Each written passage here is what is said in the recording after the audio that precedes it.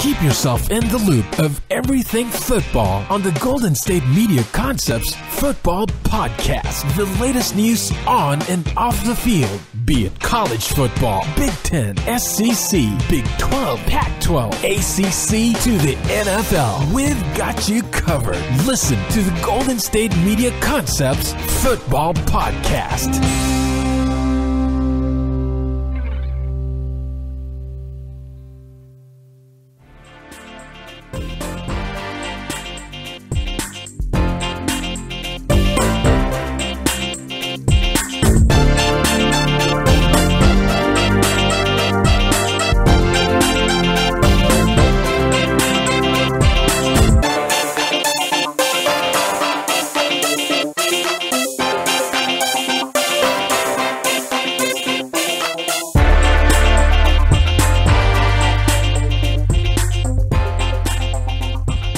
Now, thank you for tuning in to the Golden State Media Concepts Football Podcast, brought to you by mybookie.ag. You play, you win, you get paid. I'm your host, Tate, and today on the football program, we're going to be talking about a little bit about Ezekiel Elliott, Vontaze Burfict. Matthew Stafford got a brand new contract. Brown's got a brand new quarterback, and we're going to finish up with talking about Julian Edelman getting injured and out for the season, and how important preseason really is. So that's what we're going to be covering today. We're also, just going to start off the top is the fact that football season is here, guys. We got college football games going on to start off the week this week. There's two games that I'm really excited about. Of course, that Alabama game, Alabama versus Florida State. The winner of this game really sets them up for a serious shot at making it to the playoffs. It's kind of crazy to have a pivotal game this early, as the first game of the year. But if Florida State was to beat Alabama right out the gate, it really sets them up to make a nice run this year. Clemson's going to be a little bitty, maybe not as tough as they were last year, coming off that national championship hangover. Florida State has a schedule that they could run the table. They have a true shot. If they win this game here, they got a true shot at going, from start to finish and making the playoffs. Now, you look at the opposite end of that is if they lose, they have no choice but to be perfect the rest of the year. They're gonna need they would need a lot of help. The nice thing is, if they did lose, it would be to Alabama, first game of the year, but they would have to be perfect the rest of the year. Now, Alabama, on the other hand, they go into this and they win against Florida State, and they're once again set up to be the best team. I think the SEC is down this year.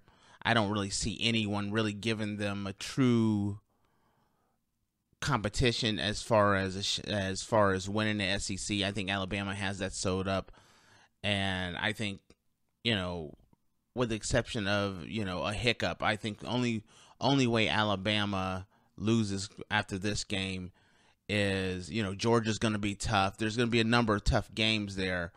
But Alabama will have to beat themselves to not run the table. So this game really sets them up. Also, if Alabama was to win this game, this gives them the breathing room in which, even if they did lose to, let's say, a Georgia or someone like that, they would still have an inside track into making the playoffs. Florida State, though, I think if Florida State loses, they would have to be pretty much perfect, and I think it'd be a really tough way for them. I think it'd be hard. It'd be a hard road for them. Alabama could go to this game, lose it, and still make the playoffs. Another game that's this week is an interesting game. This is a game where, and that's that in Texas Stadium, that's Florida versus Michigan. Now, this is the perfect game for Michigan to get off to a fast start. Florida has 8 players that's going to be out this game due to suspension. This is a chance for Harbaugh and Michigan to really jump out to a fast start and contend for that Big Ten championship. A lot of people, because they lost so many starters, don't really look at Michigan as a true contender for the Big Ten title. But I don't look at it that way. I look at it as Michigan may have lost a lot of starters, but they've had some killer recruiting classes. This is a young team that is super talented, and they're going up against Florida, who doesn't have all their players. And so this is a perfect time for them to jump in. As far as, I do see Michigan winning this game. They jump out, they beat Florida. This could set them up to make a run at that Big Ten title. And I got to say, the Big Ten, in my opinion, is the best conference in the nation. I know a lot of SEC fans will disagree with me on that, but the Big Ten has some serious playoff contenders this year. Everyone knows Ohio State, who could be the best team in the nation. Then you look at Penn State. Penn State is right there just to start the season off. And then Wisconsin. Wisconsin has a pretty easy path if they don't slip up. Michigan is that on the outside looking in right now, but Michigan could truly make a run. Nebraska is another team that is just really strong. The Big Ten is loaded, and would I be shocked to see the Big Ten get a couple teams in to the playoffs this year? And I know we're talking a little early, but we're just talking about kind of like preseason, with the start of the college football season. Just kind of like my take on how some of these games and some of these teams could really set themselves up very early in the year. So, and then if we're talking about the national championship and the playoffs, the question is, who are the teams that I look at that could make that national championship game? And one of the things, just free flowing here and just thinking about the college football season in general. When I start thinking about who could really contend and make a shot at the playoffs, first off, Ohio State. Ohio State is going to be hard to beat. Of course, Alabama has a shot. Florida State has to win. That's a very tough order to get through Alabama right out the gate. So I look at Ohio State, Alabama, and then I got USC. USC, they got to watch out for UCLA, but USC could really run the table this year. USC could be back. And then that last spot, do you give it to someone like Florida State? Do you give it to someone like Penn State? Clemson? I look at it and I say, I'm gonna give it. If Florida State can win this weekend, I put Florida State in as my fourth team. As far as who could make the playoffs, another question that kind of pops up that people ask me is, who would be your dark horse? That team that nobody's talking about that truly could have a shot at making the playoffs that no one, is thinking about. And for me, it's Wisconsin, which I know a lot of people are looking at, and the other one is Louisville. Louisville, they're a really talented team with a really good quarterback, a schedule that's not strong but not overly tough. Louisville could easily run the table and make the playoffs.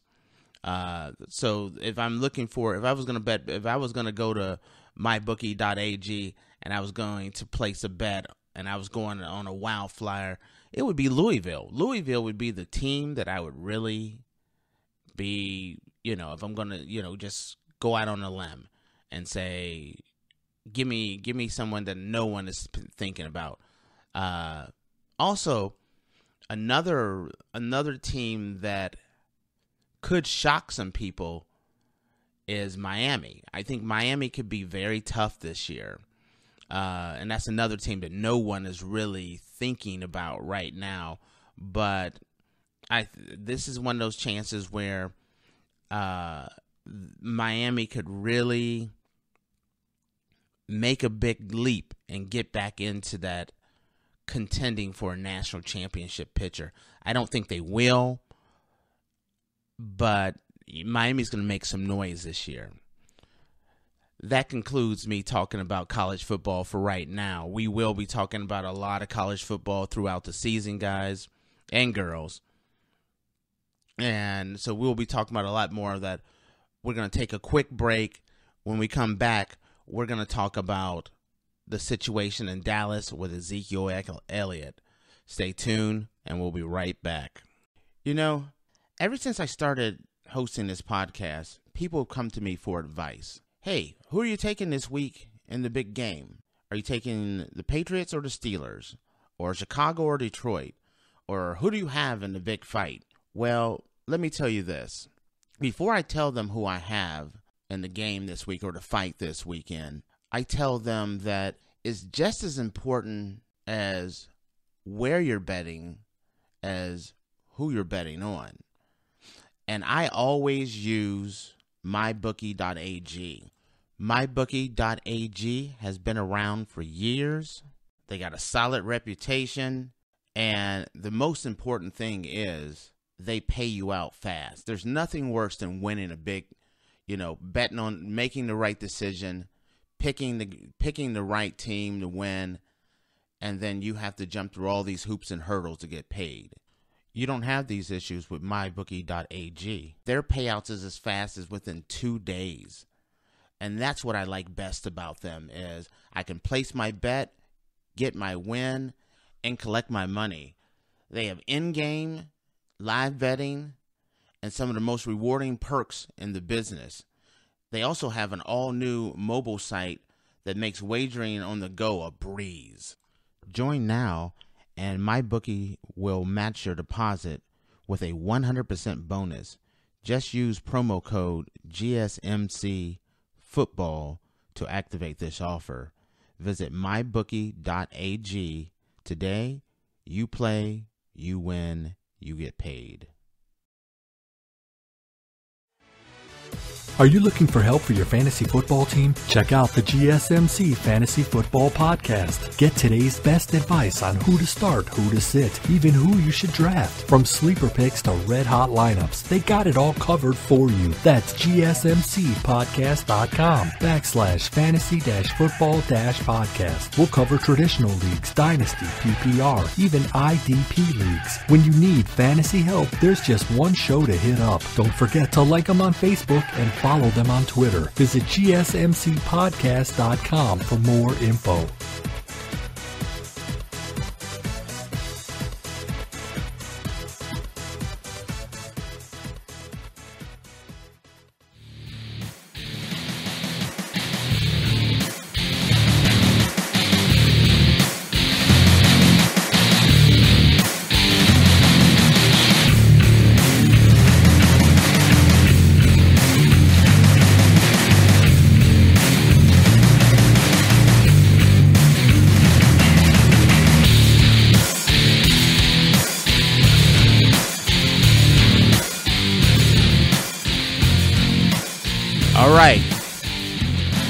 And we're back. We just got done talking about a little bit of college football because the college football season is here this weekend, and the following weekend the NFL season starts. But before the NFL season starts, we got a little matter to handle in Big D as we talk about Ezekiel Elliott is having his appeal hearing this week. He got suspended 6 games for domestic violence, and he is appealing the 6-game suspension. Now I'm going to give you my take on it. First off, I'm not a proponent. I mean, I'm not big on protecting anyone when it comes to domestic violence. It's a horrible thing. Should never happen, especially and an athlete the caliber of Ezekiel Elliott or Ray Rice. But it doesn't matter if you're a football star, baseball star, or just a guy that just regular Joe. There's no room for domestic violence. With that being said, I have a problem with this suspension. This is a suspension where the police investigated the situation. They came up with there was no evidence to pursue a domestic violence case against Ezekiel Elliott. There was enough information out there where the woman talking about she's going to ruin his career, and there was some extortion type situation going on. Like I said, there's absolutely no evidence. And that's one of the things Jerry Jones said is that, there's just no evidence. And today, a lot of people really beat up on Jerry Jones for making a statement because he came out on the side of Ezekiel Elliott and saying that pretty much that he thinks the decision should be that he shouldn't have any games. It's one of those things where after over a year, the NFL investigated this for over a year, and out of nowhere, they came up with really no evidence, even because the police didn't have any evidence of it. They suspended Ezekiel Elliott anyway. If Ezekiel Elliott did the domestic violence, then I'm all for the suspension, no problem. But my big problem is, I think the NFL needs to get out of being judge, jury, and executioner. They should get out of the business of trying players and not really giving them the true due process. It's been a bad look for the NFL, whether it's Tom Brady and Deflategate, Bountygate. It really has given the NFL a bit of a black eye, or at least a swollen eye, at least. I think it's made Roger Goodell, who has been arguably one of the best commissioner of all time, or one of the best commissioners of all time. But it's a big stain on his legacy is all of these suspensions and all these issues and how the union is really trying to fight him and things like that. I personally think the NFL should get out of trying and prosecuting players. And what I think should be done in its place is the NFL and the players union should go and get a committee of independent investigators and independent judges who have no ties to the union, no ties to the NFL, and let them hear the case and then pass a ruling down. That's what I think should happen. Matter of fact, I would, and if you wanted to appeal it, you could appeal it to another, independent group. But the NFL needs to get out of the business of trying players for crimes and things on the field and off the field. It's kind of one of those things when you're so close to it that you may miss. You're not, a lot of players aren't thinking they're getting a fair shake. But if it was people that had no tie to the NFL or no ties to the players' union, no one could call foul play. I think this would be the best solution for all parties involved. The whole thing about the NFL just going through and just sometimes it seems like they just make up suspensions on the fly. I feel like sometimes there's no rhyme or reason to how they suspend people. I would like to see the independent committee, come up with a rule book of infractions and what you get for first offense. What do you get for the second offense? Have an independent committee come up and hear the case. A second independent committee hear the appeal. And if you want to give, if you don't want to give take all total power from Roger Goodell, you could give Roger Goodell the ability to pardon someone if for some reason NFL thinks a punishment is too stiff. Roger Goodell would still have the ability to pardon a person. I think that's the best way to go than making the NFL judge, jury, and executioner. Because right now, it's a bad situation. Someone goes in, they get in trouble. The NFL and Roger Goodell listens to the case. They come back and they say 6-game suspension. Then you're like, you know what? I want to appeal this. Well, guess what? You're appealing it to the exact same person that said 6-game suspension. How is that fair? And I'm not just saying that for Ezekiel Elliott. I'm saying that for Tom Brady. I'm saying it for the New Orleans Saints.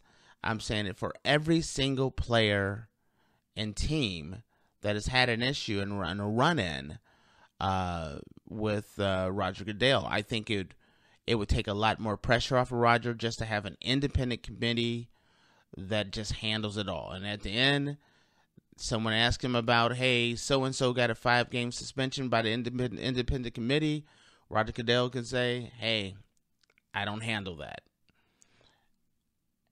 It just makes things cleaner.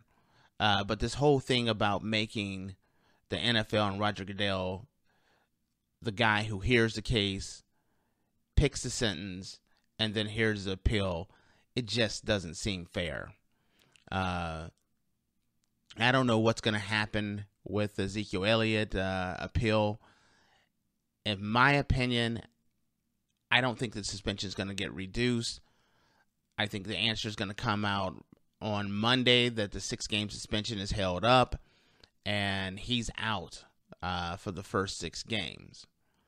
So if that's the case, the next question dealing with the Dallas Cowboys is, how will they fare if Ezekiel Elliott is out for the first 6 games of the year?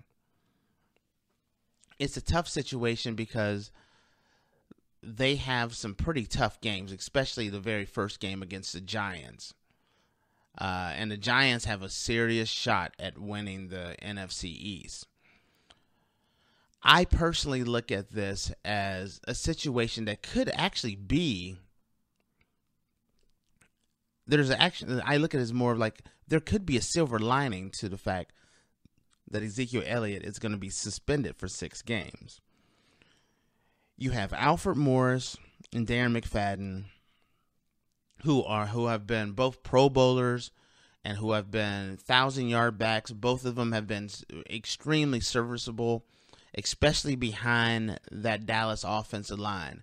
So you have a situation where if they can hold serve and hold the ship right until Ezekiel Elliott comes back, by week 7, week 8, you have a situation where you have a fresh Ezekiel Elliott starting his season, and that could really get Dallas a situation where they finish the season strong. Because one of the things that happens to running backs take a big beating, and over time, a lot of them slow down. That's the reason why a lot of teams like to go running back by committee. This is a situation where, one, they have 3 really good running backs. Ezekiel is by far the most talented of them all. But you have a situation where Ezekiel can be really fresh. He misses the first 6 games. I think their 7th game is a bye week, so I think it's like I don't quote me on this one. I'm just going by memory. The first 6 games, and then there's a bye week. So right about almost not quite mid-season, but it's getting close to that midpoint of the season. You have an all-star Pro Bowl running back coming in, rested, without injury, ready to go, where Dallas could actually go and could really lean on Ezekiel Elliott the second half of the season.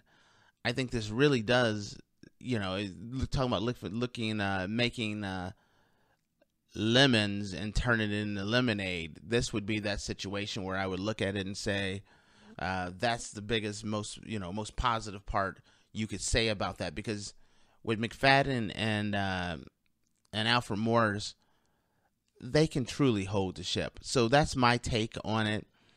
On the fact about Ezekiel Elliott, I truly do not think of him. I don't think he has a shot at getting the appeal upheld. And so you got to start looking at things as far as what's the upside, or what are the Cowboys going to be looking at this year. Now, what we're going to do is we're going to take a little break. And when we come back, we're going to talk about the Detroit Lions and Matthew Stafford's new contract. Stay tuned, and we'll be back. Check out the show that's built on the MMA. From the UFC to extreme cage fighting, they got the fights covered. Check out the GSMC MMA podcast. Get the latest news on past or upcoming fights. Join us as we talk to and about some of the biggest names in the MMA, past, present, and future. When it's the fight game, there's just one show to check out. GSMCpodcast.com/MMA-podcast. Don't forget to like them on Facebook and follow them on Twitter. Visit GSMCpodcast.com for more info.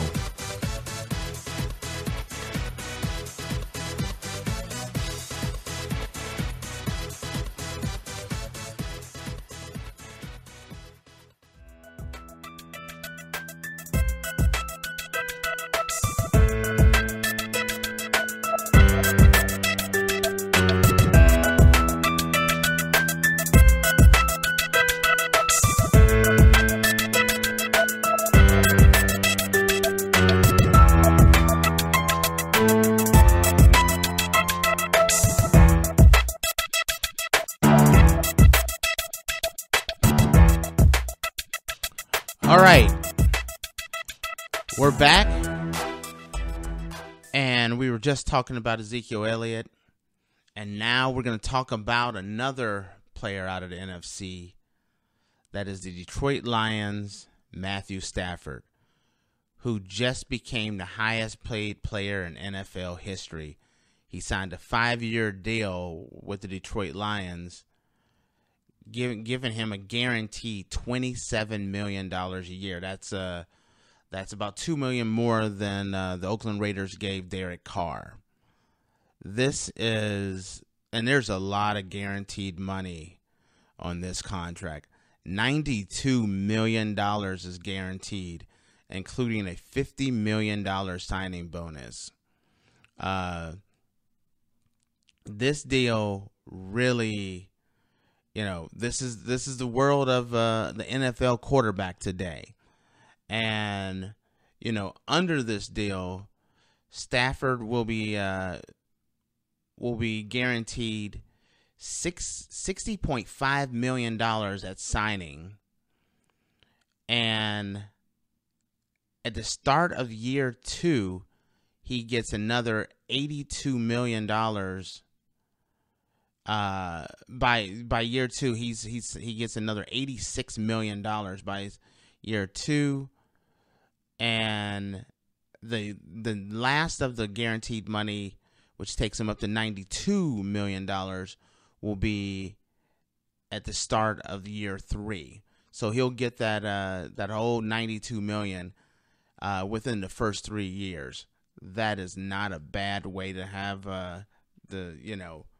to set yourself up for life here. So the question is, when you look at this, there's a lot of people in Detroit that are upset about this contract. And they don't think that Matthew Stafford has been worth it. And I don't agree with them. You look around and you look at Matthew Stafford and you say, he is still a very young quarterback. It seems like he's been in the league forever.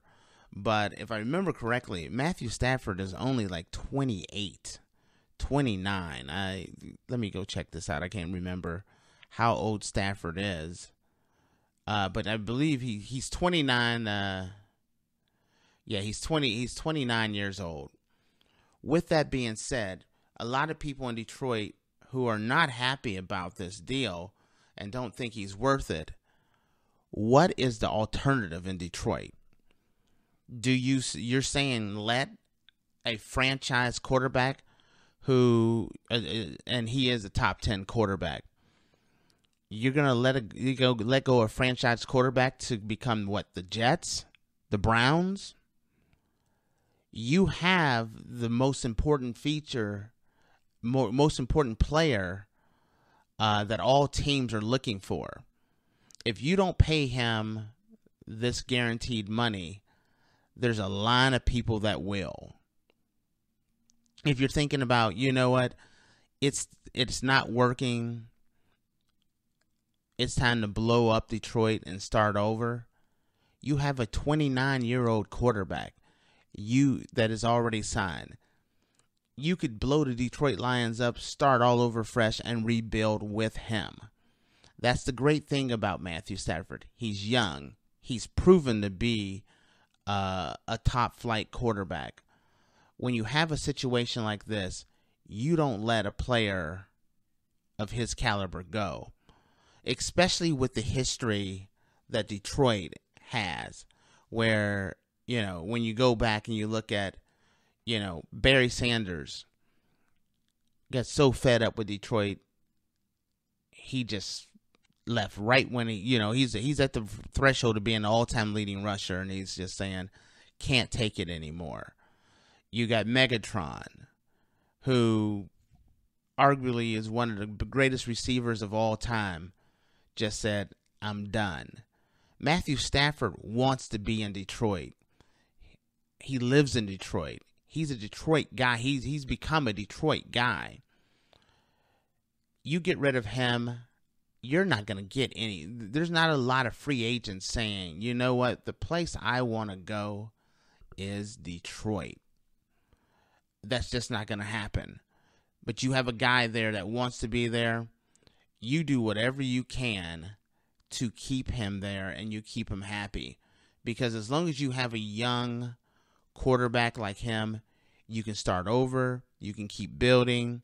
You've made the playoffs a few times, where I remember the time when Detroit would be only looking at a first-round draft pick. Now, when you look at the money and you say, man, that sounds like a lot of money, he won't be the highest paid quarterback for long. First off, you got Matt Ryan and Aaron Rodgers.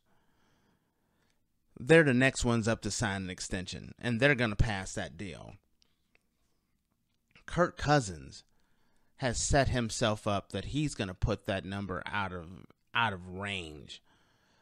With Kirk Cousins not signing, keep signing the franchise tag, and now he's going to be a flat-out young, healthy proven quarterback who's on the open market, there's going to be a bidding war for Kirk Cousins. Kirk Cousins is going to blow that Matthew Stafford's contract out of the water.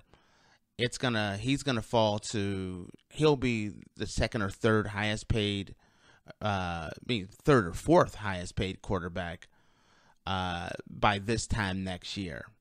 The NFL, that's just the way of the NFL and the way the money is just going toward quarterbacks right now, because it's been proven there's just not enough quarterbacks out there.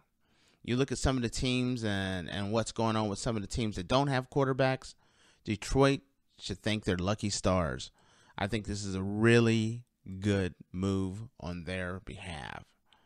Now, speaking of quarterbacks, the Browns have just announced that DeShone Kizer is their new rookie starting quarterback. And I do not like it. This is just not a smart move on the Browns' part. I'm okay with the fact that Kizer has been named the starter. I just think it's just a little early. Not now. If you wanted Kizer to be your quarterback of the future, I think you still could have waited. And a lot of people say the reason why they named Kizer the starting quarterback is because there's a lot of really good quarterbacks that are coming out next year, and they need to figure out what they have in Kizer to determine if they want to draft a quarterback next year. I still say this is a bad move. I say, first off, Kizer is the youngest quarterback in the NFL. I'm talking backup, starter. It doesn't matter. He's the youngest quarterback in the NFL. And with that, I think the Browns should have went with a Brock Osweiler. And this is the reason why. Maybe Brock Osweiler isn't your future. But you have a situation where you have a guy who has experience and has a big contract. So why not make Brock Osweiler your starter? Parade him out there, let him perform, show what he can do. All at the same time, the Kizer is out there watching regular season games, getting used to and seeing firsthand NFL speed, but also getting Brock Osweiler out there, because the Browns aren't going to do anything this year. So the most important thing is get Brock Osweiler out there. Maybe there's a team that has an injury or a situation where they may want to trade for Brock Osweiler and get some type of pick for him. While at the same time you're showing off, you're showing what Brock Osweiler can do, but you're also giving your guy enough time to really prepare for the NFL speed. And then right around week 6, week 8, mid-season, then bring Kizer out and let him play the second half of the year. You don't want to get a situation where you have a young quarterback coming out. He's super young. I mean, like I said, he's the youngest quarterback in the NFL. So you don't want to have your young quarterback coming out and getting nervous and getting happy feet and worrying about the rush because he's just not used to the speed yet. That's how quarterbacks get ruined. And nobody knows more about ruining quarterbacks than the Cleveland Browns. This is why I am not a big fan of starting Kizer right out the gate. Give him time to adjust. Give him time to see game speed. Then throw him out there. So that was my take on that situation. It's also my take on which I think is a good contract, which was for Matthew Stafford. When we come back, we're going to talk a little bit more about another suspension that happened that's possibly happening, and then we're going to talk about some injuries as well. Stay tuned, and we'll be right back. Check out the show built around the women of MMA. From the UFC to the extreme cage fighting, we got the fights covered. Listen. It's the Golden State Media Concepts Women's MMA Podcast. The latest news of upcoming fights, discussions of previous matches. Join us as we talk to and about the biggest names in women's mixed martial arts, past, present, and future. When it's the women's fight game, you know where to listen to. The Golden State Media Concepts Women's MMA Podcast.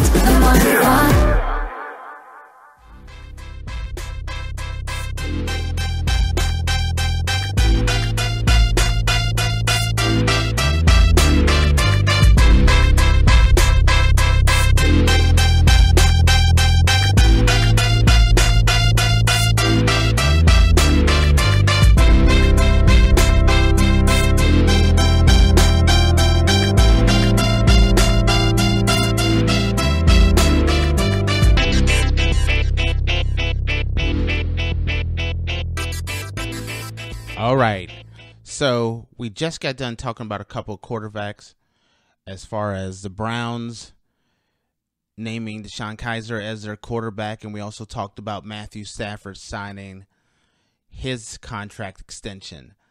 Now we're going to go into a suspension that is about to come down here, which is for Vontaze Burfict, who is going to be suspended. Who's facing a 5-game suspension from a preseason hit that occurred on August 19th versus the Chiefs when he hit fullback Anthony Spencer while Spencer was going out for a pass.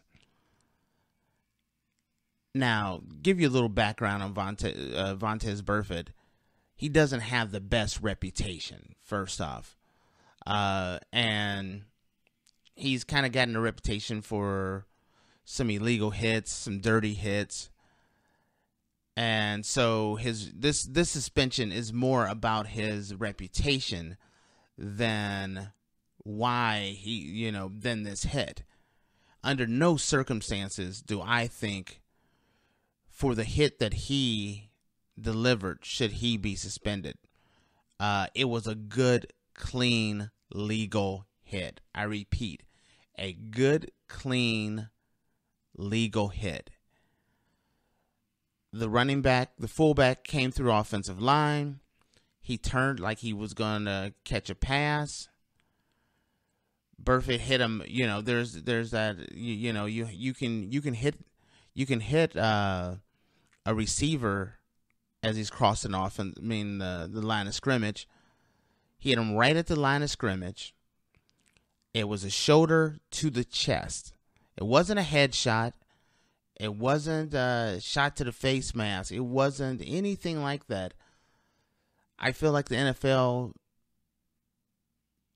just suspended him because of his reputation more than the hit. The hit was a clean, legal hit. This is that situation where, like I was talking about with Ezekiel Elliott, where I think an independent counsel should be looking at all these suspensions, because this is a situation where a guy should not be suspended 5 games, and he's facing 5 games for a clean hit. There needs to be something done to protect the players from, and protect the NFL, because I just think it's a bad look that the NFL is having here by the way they're suspending players. It makes the public look like the NFL is full of thugs and bad apples. Just have an independent committee pass down all the punishments. That way the union don't have an issue, the NFL doesn't look bad, and the players feel like they're getting a fair shake. That's just my take on that hit, because if you go back and look at it, go online and look at it, literally it's a shoulder pad to the chest. And I know the NFL is trying to go more with a situation where they're trying to protect against defensive receivers this year, but this guy was literally on the offensive. I mean, he was on at the line of scrimmage when he got hit. He was turning back to catch a pass, or pretend like he was going to catch a pass. It should not. I just don't feel like it should have been a penalty. Matter of fact, there wasn't a penalty on the field, let alone a reason to suspend a guy 5 games. That's just my take. Now, speaking of preseason and big hits and injuries, the Patriots just suffered a massive injury. Star receiver and safety blanket to Tom Brady, Julian Edelman, is now out for the year. And this is a big loss, because a lot of people looked at the Patriots as a team that was going to repeat. And I still say, when you look at this team, only the Patriots could go through and lose a player the caliber of a Julian Edelman and still say, we're okay. Because they have so much depth. They just, they have Danny Amendola, who's going to come in and fill in for Julian Edelman, that's the perfect guy to come in and fill in. They just picked up Brandon Cook. They got a number of running backs that can go in the slot. They're so loaded that the train is just going to keep on going. I don't think that, you got Gronkowski, you got Allen at tight end, and Gronkowski. They have so many weapons that this is not going to derail any, shot at them contending for the championship or the Super Bowl. But it goes back to this conversation that a lot of networks have been having. And that is it worth having these preseason games? When you're looking around and you have players like Julian Edelman getting injured and being knocked out for the year, it's not worth it. Preseason, I don't watch preseason. I mean, I go through, I check the highlights, I go through, I check the box scores. But if I don't have to watch a preseason game, I skip it. I think if teams are talking about we need preseason to, evaluate players, 4 preseason games is just too many. I say at least cut it down to 1 or 2 preseason games. It does not need to be 4 games. That's just my take. I just don't think. Over the years, there's just been too many players that have been lost in meaningless games. And I know the NFL doesn't want to give up that revenue because they make season ticket holders buy and pay for preseason games. But there has to be a solution because, college football doesn't have a preseason. And I know, the NFL it's a much higher level, a much faster pace. Cut it down to 1 game. Cut it down to 1 game, and teams can do some scrimmages. But with scrimmages, you could do everything that you could do in a game and evaluate players just by having scrimmages instead of having a full-on game. That's my final take of the day. I appreciate you guys tuning in. My name is Tate. I will be your host this season for the NFL podcast, GSMC football podcast. Thank you for listening, and to all, a good night.